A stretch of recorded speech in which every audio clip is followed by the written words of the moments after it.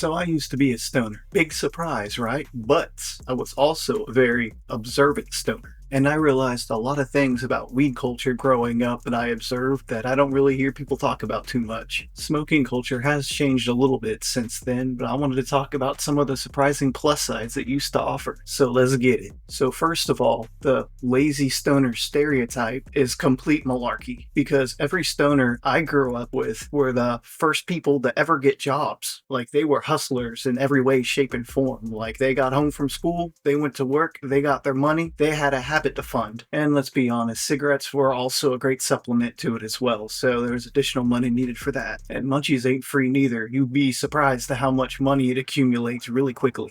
So it was super funny to see all the quote-unquote straight edge people getting outclassed by the potheads because they had more work experience. So the straight edge people got shafted to the curve. So when you really think about it, the stoners were actually the first wave of people to actually go into society and start contributing to it. And a job's a job, you could shove it. And the second one being the antisocial stereotype, kind of labeling potheads as outcasts or weirdos or what other social connotation you can give them. And that is nowhere near the truth because, as my one homeboy told me, and he described smoking in the best way, he said, smoking weed is a social sport. And when you really think about it, it really is. Like literally almost every aspect of smoking revolves around being social in some way, shape, or form. Like you gotta go out, you gotta find good connections. And after you find good connections, well, you kind of want to brag about it, right? So then you'd find the other potheads in school or people who secretly smoked, and then you wanted to have like smoking competitions, right? To see who had the best shit. And there's a huge range of people that smoke. So eventually you got to learn how to communicate, to converse with all age groups,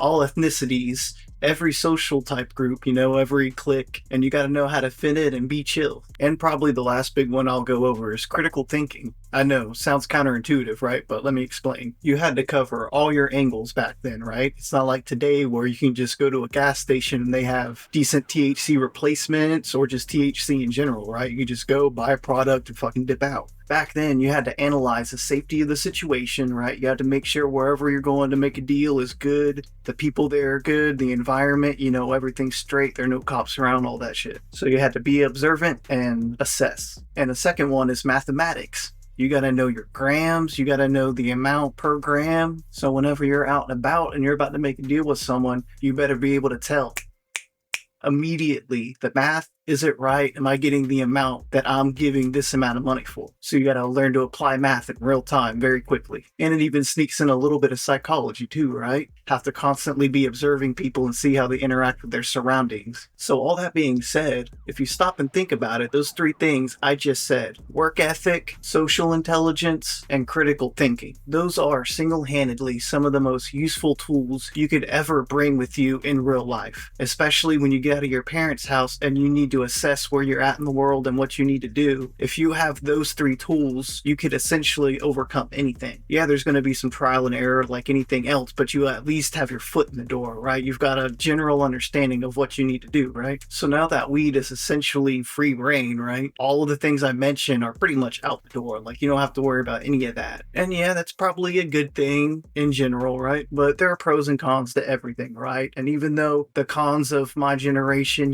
messing with that stuff could be potentially dangerous, it's illegal, right? So you just got to get it where you can. So you hear this one dude selling it, so you have to hope to God you jump in a Jeep with this old black dude named Clarence and hope to God he doesn't have his way with you. Shout outs to Clarence, man. That was my dog. He had some of the best fucking shit. I went through him for years, so I appreciate him. So I hope you found this talk a little bit interesting. I thought it was pretty cool to look back in retrospect, right? Something that was demonized growing up, but then it actually gave you some surprisingly useful things to kind of take with you into society.